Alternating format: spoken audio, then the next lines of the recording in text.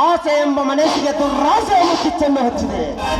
ಏ ಸಮರ್ಥ, ನಾ ಬಯಸಿದ ಹೂವನ್ನು ನೀನು ಪಡೆದುಕೊಂಡು ಆ ಬ್ರಹ್ಮ ಬರೆದ ಹಣೆ ಬರವನ್ನು ಬದಲಾಯಿಸಲು ಸಾಧ್ಯವಿಲ್ಲವೆಂದು ನಿಜ ಮಾಡಿಬಿಟ್ಟೆ. ಲೇ ಸಮರ್ಥ, ಯಾಕಪ್ಪ ಇವರನ್ನ ಹುಟ್ಟಿದೆ, ಯಾಕಪ್ಪ ಈ ಭೂಮಿ ಮೇಲೆ ಹುಟ್ಟಿದೆ, ಯಾಕಪ್ಪ ಇವರನ್ನ ಎದುರು ಹಾಕೊಂಡೆ ಅಂತ ಮಗನೇ ಪ್ರತಿದಿನ ಪ್ರತಿ ಕ್ಷಣ ನರಳಿ ನರಳಿ ಸಾಯಬೇಕು ಈ ನಾಗೇಂದ್ರನ ಕುತಂತ್ರ ಜಾಲದಲ್ಲಿ.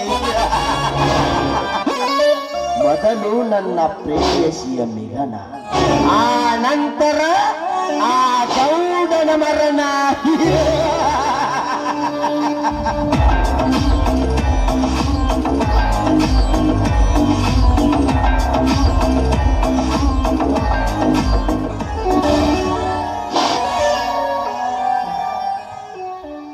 ಜೇ ಮಿಸ್ಟರ್, ನಾನು ಅರ್ಜೆಂಟ್ ಆಗಿ ಹೋಗಬೇಕು, ಸ್ವಲ್ಪ ದಾರಿ ಬಿಡ್ತೀಯಾ?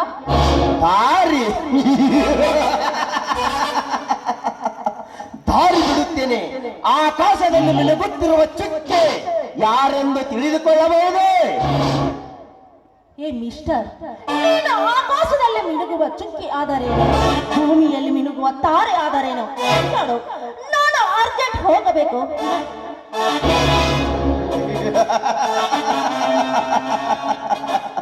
ಇಂಥ ಸುಂದರಿಗೆ ಅಂತ ಅರ್ಜೆಂಟ್ ಕೆಲಸವೇನು? ನನ್ನ ಜೊತೆ 10 ನಿಮಿಷ ಮಾತನಾಡುವಷ್ಟು ಸಮಯವಿಲ್ಲವೇ? 10 ನಿಮಿಷ? ನಿನ್ನ ಜೊತೆ 10 ನಿಮಿಷ ಅಷ್ಟೇ ಅಲ್ಲ, 10 ಗಂಟೆ ಕೂಡ ನಿನ್ನ ಜೊತೆ ಮಾತನಾಡಲು ಸಾಧ್ಯವಿಲ್ಲ. ಆದರೆ ಒಂದು ಮಾತು, ನಿನ್ನಿಂದ ನಾನು ಕೆಲಸ ಆದ್ರೆ ಮಾತ್ರ ನಿನ್ನ ಜೊತೆ ಮಾತನಾಡಲು ಸಾಧ್ಯ. ನಿನ್ನ ಮನಸ್ಸಲ್ಲಿರುವ ಮಾತನ್ನು ಹಾಗೆ ಇಟ್ಟುಕೊಂಡರೆ ಹಣ್ಣು ಕೊಳತಂತಾಗುತ್ತದೆ. ಅದೇನು ಅಂತ ಹೇಳಿದರೆ ನನಗೆ ಸ್ವಲ್ಪ ಅರ್ಥವಾಗುತ್ತೆ ತಾನೆ? ನೋಡಿ ಮಿಸ್ಟರ್, ನನ್ನ ಹೆಸರು ಸಹನ ಅಂತ. ನಾನೊಬ್ಬಳು ತಬ್ಬಲಿ. ಈ ತಬ್ಬಲಿ ಆಸೆ ಏನೆಂದರೆ ಆ ಶ್ರೀಮಂತ ಪ್ರಖ್ಯಾತ ಗೌಡನ ಸಾಮ್ರಾಟವನ್ನು ನೀನು ಒಡಕು ಮಾಡಬೇಕು. ಅಷ್ಟೇ ಅಲ್ಲ, ಒಡಕು ಮಾಡಿದ ಅದೇ ಸಾಮ್ರಾಟದಲ್ಲಿ ನೀನು ಸಾಮ್ರಾಟನಾಗ ಬೆಳೆಯಬೇಕು. ಇದು ನಿನ್ನಿಂದ ಸಾಧ್ಯನಾ?